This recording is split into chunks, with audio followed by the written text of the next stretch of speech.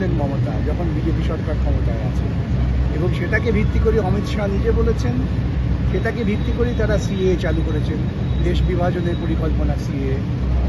এবং মমতা এতদিন বিরোধিতা করছিল নাটক। আমরা প্রথম থেকে বলে আসছি যে গোটা ব্যাপারটাই আরএসএস নির্দেশিত পথে মমতা চলছেন, এবং কালকে সেটা খোলসা হয়ে গেছে। শর্ত সাপেক্ষে সিএ আবার কি?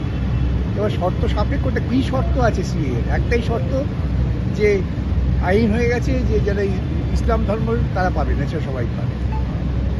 সুতরাং এই কথাটু সিএ মেনে নেওয়া মানেই হচ্ছে যে বিভাজনের তত্ত্বকে মমতা মেনে নিয়েছেন, এবং আদর করে তিনি ভালো রান্না করেন, তিনি বলেন যে ভালো রান্না করতে পারি, ভালো বাসন মাজতে পারি, ভারী কাপড় কাচতে পারি, ভালো প্রশাসন চালাতে পারি, কখনো বলেননি, বলবেনও না, পারেনও না। মোদী তার দাদাকে তিনি রান্না করে খাওয়াবেন, এটা অবধারিত ছিল। সংখ্যালঘু সম্প্রদায়কে এতদিন উনি বিভ্রান্ত করেছেন, আজকে সংখ্যালঘু সম্প্রদায় চোখ খুলে গেল যে তিনি আসলে প্রকৃতপক্ষে আরএসএস এর এজেন্ডাকেই কার্যকর করছেন। এই যে যুদ্ধকালীন চেতনা যে সিএ আমরা মানব না, সেটাকে এতদিন ধোঁয়া দিচ্ছিলেন সিএ মানব না, এখন ঠিক নির্বাচনের মুখে এসে আরএসএস থেকে বলেছে এটা চালাকি ছাড়ো, সিএ মানতে হবে। এবার বলেছেন সিএ মানে আমি বলছি আপনারা গভীর তদন্ত যান, এটা পুরোপুরি আরএসএস এর নির্দেশে মমতা পরিচালিত হচ্ছেন, এবং আরএসএস এর নির্দেশেই তিনি সিএ মেনে নিয়েছেন, আর অন্য কোনো কারণ। শুধু সন্দেশখালী নয়, মহিলাদের সম্মান ছিল না তো 2011 পর থেকে মহিলারা সম্মানিত নন। এখানে চম্পলা সর্দারকে ধর্ষিতা হয়েছেন বলে সাজিয়ে তার জীবনটাকে নষ্ট করেছিলেন মমতা। সুতরাং মমতা ক্ষমতা আসার পর ধর্ষণ বেড়েছে, নাবালিকা বিয়ে বেড়েছে, মহিলাদের কোনো আত্মসম্মান বলে কিছু রাখেনি। নতুন করে উত্তপ্ত হয়ে উঠছে এই মুহূর্তে সন্দেশখালী। মহিলাদের উপরে বিভিন্ন রকম অভিযোগ নিয়ে আসা হচ্ছে, তারা রাত পাহারা দিচ্ছেন। গোটা বিজেপি এবং তৃণমূল দল তারা মহিলাদের অন্য মনে করে। কেউ মনে করছেন 2000 টাকায় মহিলাকে কেনা যায়, কেউ মনে করছেন 5000 টাকায় মহিলাকে কেনা যায়। মহিলারা আজকে তার বিরুদ্ধেই খেপে গেছে।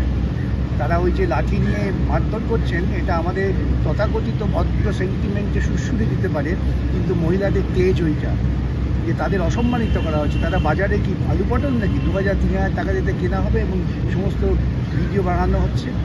মহিলারা রুখে দাঁড়িয়েছেন, রুখে দাঁড়াবেন। এবং আমি আবারও বলছি, সন্দেশখালী গোটা আন্দোলনটা নেতৃত্ব দিয়েছেন বামপন্থীরা। সেই বামপন্থী নেতৃত্বকে বিভ্রান্ত করবার জন্য, ওখানকার মানুষের সংগ্রামী চেতনাকে বিভ্রান্ত করার জন্য তৃণমূল আরএসএস কিছু খেলা খেলছিল, আজকে সেটা থেকে গেছে। কালকে থেকেই তো তৃণমূল এবং পুলিশের বিরুদ্ধে বারংবার ধরে তাদের আসলে বামপন্থীরা উঠে আসছে। আসল প্রতিবাদটা হচ্ছে বামপন্থী নেতৃত্বে। এবং আজকে তো আমাকে এক সাংবাদিক বললেন মমতা বলেছেন সিপিএম করাচ্ছে। হ্যাঁ, মানুষ নির্যাতিত হবে, তার জমি দখল করে নেওয়া হবে, মেয়েদের সম্মান নষ্ট হবে, আর সিপিএম বসতে পেরে সিপিএম বাড়ি বলবেই। আমার শেষ প্রশ্ন সেটা হচ্ছে কেন না আতঙ্কের পরিবেশ বাংলা কেন? আমরা তো দেখলাম ইউপিতে যেভাবে ভোট হলো, কয়েকটা বুথে সংখ্যালঘু সম্প্রদায়কে মেরে বার করে দেওয়া হলো, বোরখা, হ্যাঁ, তারপর জোর করে ভোট দেওয়া হচ্ছে। ইউপিতে হয়, বাংলায় হতে রাজনৈতিক সংঘর্ষ হয়। যেখানেই বিজেপি আজকে পরাজয়ের আশঙ্কায় ভুগছেন, সেখানেই তারা গণ্ডগোল করবেন। ওই লোক দেখানো কেন্দ্রীয় বাহিনী দিয়ে ভোট হয় না। নির্বাচন কমিশন যদি যথাযথ ফ্রি অ্যান্ড ফেয়ার ইলেকশন করতে চাইতেন, তার প্রথম কাজ ছিল এই সমস্ত বেআইনি টাকা সিজ করে নেওয়া। ইলেকট্রাল বন্ডের যত টাকা পেয়েছে বিজেপি, 6000 কোটি টাকা, মমতা 1600 কোটি টাকা, আর অন্যান্য দল যা যা পেয়েছে, সব টাকা সিজ করলে পরে নির্বাচন ফ্রি অ্যান্ড ফেয়ার হবে। এই গুন্ডা, এই টাকা দিয়েই তো গুন্ডা পোষে, এই টাকা দিয়েই তো বেআইনি অস্ত্র জোগাড় করে। নির্বাচন কমিশন জানেন না? জানেন। লোক দেখানো, কয়েকটা সিপাহী পাঠিয়ে দিলাম, তা দিয়ে নির্বাচন ফ্রি অ্যান্ড ফেয়ার। নিয়োগ দুর্নীতিকাণ্ডে